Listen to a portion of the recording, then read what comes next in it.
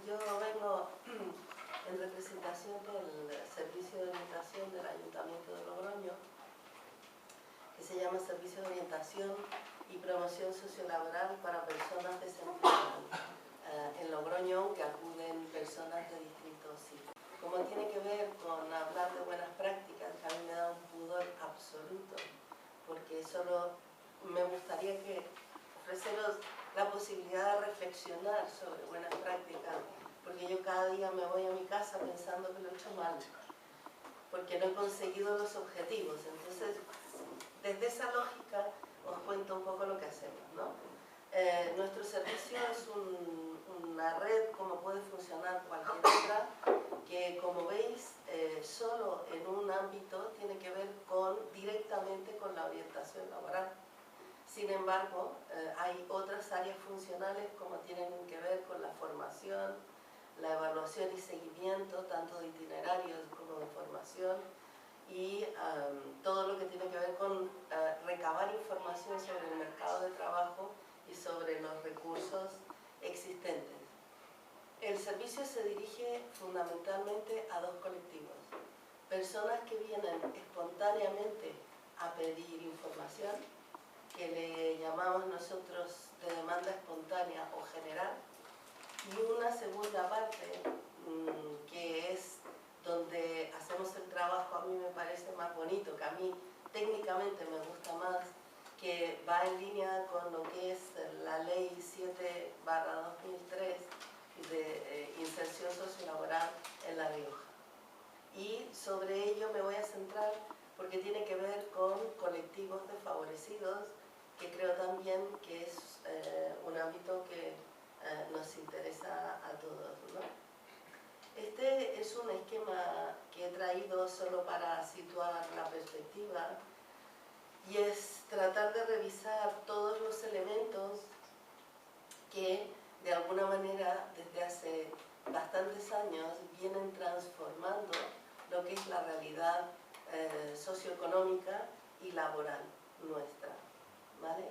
Es decir, estamos a 2015, hablamos de la crisis que se produce en 2008, sin embargo, ya en el año 2000, incluso antes, a nivel europeo se comienza a hablar de la necesidad de ir corrigiendo los efectos perversos que tiene el crecimiento o la manera que tenemos de crecer, ¿no? O el neocapitalismo, el neoliberalismo, como queráis llamarlo, ¿no? Que va generando desigualdad. Entonces, a mí me parece muy importante tener en cuenta que hay que hablar de inserción laboral en un ámbito donde cambia y tiene una crisis la estructura del mercado de trabajo. Hay nuevas formas de organización del mercado de trabajo, aparecen nuevos mercados, se abre el contexto europeo y se abre todo el tema de la globalización, pero esto tendríamos que decir, retroceder, digamos, hasta mediados del siglo pasado, ¿no?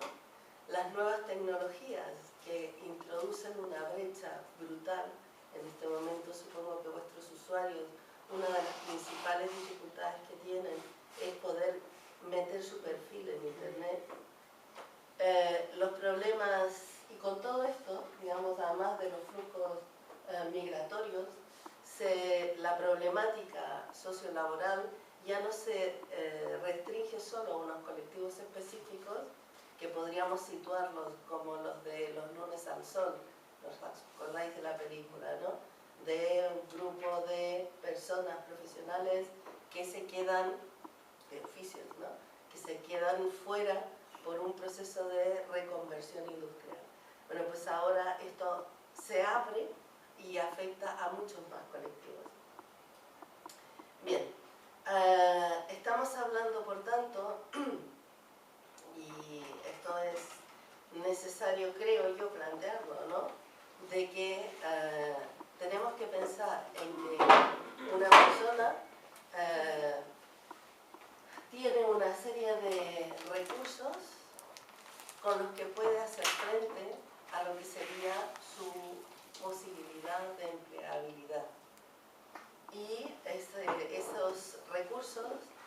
tendrían que ver con la situación del mercado de trabajo y con su proyecto personal. Y recalco mucho lo que sería el contexto, situación del mercado de trabajo y proyecto personal.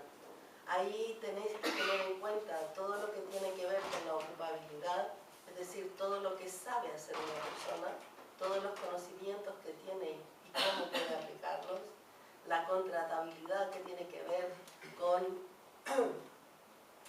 la disponibilidad y los recursos que tiene para el empleo, los aspectos personales que tienen que ver con aspectos, si queréis, de ser y estar, es decir, cómo soy en el trabajo y cómo me relaciono con los demás, y luego pues lo que sería ya su perfil competencial, además del entorno sociocultural, ¿no?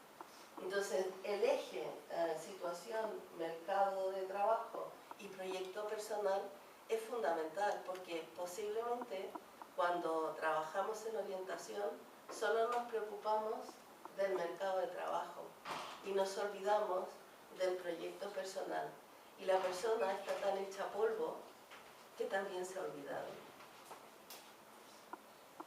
Bien, os he traído dos ejemplos breves, mucha letra, pero lo digo brevemente, ¿no? El primero, imaginemos a un joven de 17 años con abandono escolar temprano y medidas judiciales. Va a la oficina de empleo y a registrarse como demandante de empleo, y le dicen que le orienten en una OPEA. Las OPEA sabéis lo que son, ¿no? Orientación para el empleo y el autoempleo. Me da igual qué entidad colaboradora pueda ser, podríamos ser nosotros mismos, ¿no? Y ahí, pues, la propia pasividad del usuario, la escasez de recursos a los que podamos proponerles, y la falta de herramientas para trabajar con personas en riesgo, hacen que este joven finalmente pues se encuentre con un listado que, si va a las distintas OPEA o a los distintos servicios de orientación, van a ser los mismos: empresas de trabajo temporal, agencias de colocación, y si nos pregunta por alguna empresa en concreto se lo daremos, y finalmente pues una nueva posibilidad de optar a otro PSBI. ¿Ha tenido o le hemos propuesto reflexionar sobre lo que quiere hacer, cómo lo quiere hacer? Claro, en 2 horas no podemos, perdón, en 1 hora no podemos, en 30 minutos tampoco, y en 4 horas que está establecido el tiempo que tenemos que justificar, menos. Segundo ejemplo, una mujer pakistaní que ha pasado el mismo proceso, ha recibido toda la información individualizada, ha participado en talleres de habilidades para el empleo, sabe lo que quiere hacer, de hecho participa en el proceso de selección, pasa la selección inicial, que es un certificado de atención sociosanitaria en instituciones sociales.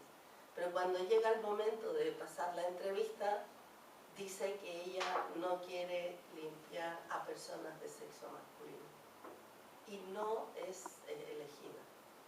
Ahí hay un problema de orientación. No es un problema de ella. También, ¿no? Pero es que algo ha ocurrido. Bueno, por tanto, yo creo que la reflexión es qué ventajas y resultados reporta una orientación profesional en la que prima el esfuerzo por conseguir la adaptación del usuario a las condiciones del entorno, y en segundo lugar, no sería necesario enfocar el proceso de orientación como un proceso de aprendizaje y transformación personal. Yo sé que todos pensamos que la 2 mola más, ¿vale? Ahora es muy difícil, es sumamente difícil. Isus Varado, que es una orientadora experta en temas laborales, plantea que la función del orientador o la orientadora frente al orientado o la orientada como un agente capaz debe ser sea como un agente capaz de enseñarle a estructurarse y a decidir. Y yo creo que eso es posible trabajar. De verdad que es posible. Y que tiene que llegar un momento en el que entre nuestras competencias está la de empoderarnos nosotros como técnicos. Tenemos que ser capaces de decir, vale, tengo que defender mi puesto de trabajo y cumplir con todas las condiciones que me están poniendo, pero tengo que ser serio. Y para eso yo creo que hay un esquema que me apetecía que vierais. No podemos profundizar en él por el tema del tiempo, pero yo creo que es muy importante. Es un esquema que tiene que ver con la orientación profesional y con, digamos, las distintas áreas de intervención. ¿Sí? Me gustaría que os centrarais fundamentalmente en el centro, donde dice que la intervención tiene que servir para enseñar a situarse a la persona, enseñar a pensar, enseñar a sentir, enseñar a estructurarse y enseñar a decidir. A mí me pasan 5 elementos claves que los vamos a tener que ir desglosando en lo que es conocimiento de todos sus recursos personales y déficits, en todo lo que tiene que ver con el mercado de trabajo y luego con todo lo que tiene que ver también con su manera de proyectarse, hacia dónde quiere ir, qué quiere conseguir. Aunque luego tenga que decir, quiero esto, pero lo que puedo hacer es esto otro. ¿Vale? Lo que me interesa sobre todo es que penséis en que la persona debe ser la que conduce el coche. Nosotros podemos echar la gasolina, podemos limpiarle los cristales, pero quien mete la llave en el coche es la persona, lo enciende y lo conduce. Si no, lo único que hacemos es generar cronificación. Y yo trabajo vinculada a servicios sociales y esa cronificación existe.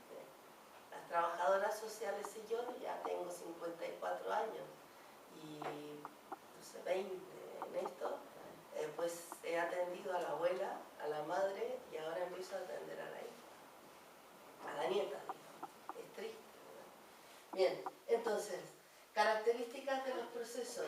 Esto es un recordatorio porque esto está en la ley de inserción sociolaboral y lo tenéis también planteado por igual, por íntegra, por horizon. Todo está escrito ya, es solo no olvidarnos de ello, de que tiene que ser un proceso programado, integrado, centrado en la persona y en sus circunstancias, donde propongamos su protagonismo, donde se favorezca que le permitan alcanzar autonomía personal para la toma de decisiones. Eso cuesta, en algunos casos, un mes, pero en muchas personas cuesta 3 años. Es decir, que es un proceso largo, ¿vale? Favorecer herramientas necesarias para el acceso a mapas de recursos, que se posibilitarán, o el proceso debe posibilitar el acceso a los derechos ciudadanos básicos. Todo esto tiene que ver con el concepto de exclusión social, ¿sí? Y, bueno, pues integrarán acciones de inserción, etc. Bueno, entonces, resumiendo, nosotros trabajamos en equipo. El trabajador social es el que forma la puerta de entrada. Cuando ve que hay una persona que tiene elementos para poder pasar al tema del mercado laboral normalizado, nos lo deriva. En ese momento empezamos a trabajar conjuntamente, los tres, ¿vale? En un diagnóstico de empleabilidad en lo que respecta a temas de empleo, para que el usuario pueda analizar su situación y comenzar a tomar decisiones elaborando un plan de trabajo. Bueno, pues aquí tenéis los distintos ámbitos que se pueden revisar, que tienen que ver con estos aspectos anteriores que os decía, de ocupabilidad, contratabilidad, aspectos personales, capacidades, competencias, etc. Pero donde estamos servicios sociales y empleo colaborando en ir aportando los recursos necesarios. El esquema sería este, aunque claro, habría que enriquecerlo.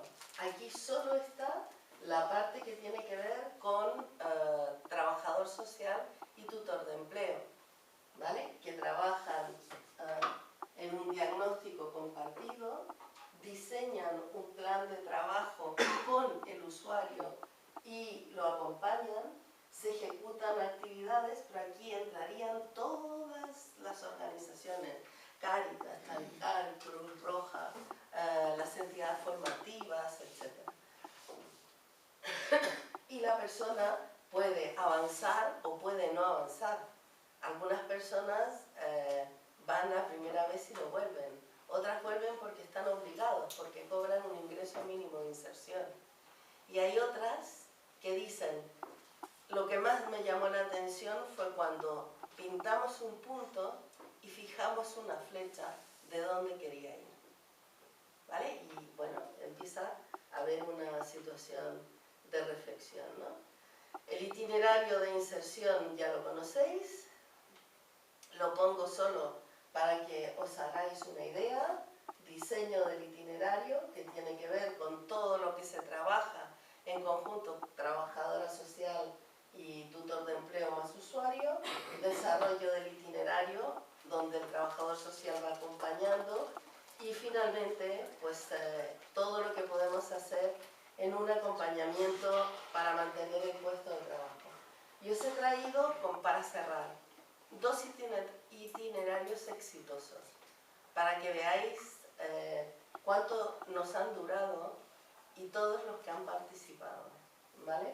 En este caso, en el primer caso, es una persona sin techo que llega al centro municipal de acogida. Sabéis que puede estar solo 4 días.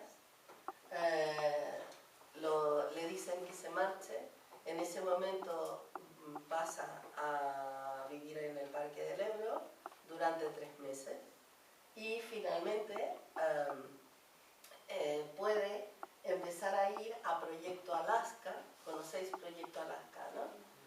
Bueno, pues a Proyecto Alaska, a lavar y tal, y ahí le empiezan a proponer una serie de actividades, entre otras, para tener hábitos y tal, y a jugar ping-pong, lo que le permite ordenar la cabeza. Se le empiezan a ver sus cualidades y lo readmiten en el centro municipal de acogida. En ese momento lo mandan a el servicio de orientación y comienza con las tutorías. Al mismo tiempo consigue encontrar unos trabajos, pequeñitos trabajos, pero trabajos al fin y al cabo, de limpieza y de conserje. No gana más de 300 euros. Contacta con Cruz Roja. En Cruz Roja, donde dice hay un tío de puta madre que me asesoró muy bien, consigue hacer un curso de atención a personas dependientes y en las prácticas laborales consigue trabajo entre el 2012 y el 2013. El itinerario se había iniciado como colocador de pladur, pero a él no le interesaba, era lo que él era antes. Finalmente se decanta por la atención sociosanitaria, saca el carnet de conducir, que es un programa de servicios sociales con Altadis. Finalmente saca el certificado de atención sociosanitaria en un curso de formación con Gobierno de La Rioja y hoy tiene 3 trabajos y no consigue llegar a fin de mes. Pero es un éxito de itinerario. Y finalmente el otro, que es totalmente distinto, tiene trabajo, lo consigue, pero llega un momento en el que se da cuenta que tiene 50 años y que nadie le coge. Pasa por Chavicar y se encuentra sumamente deprimido, no encaja con su trabajadora social, llega al servicio de orientación y desde ahí inicia todo el recorrido, ¿vale? Esta persona de lo que habla es, desde mi punto de vista, es que para buscar trabajo hay que estar bien. Y aquí lo que faltaba era esto, asesoramiento psicológico.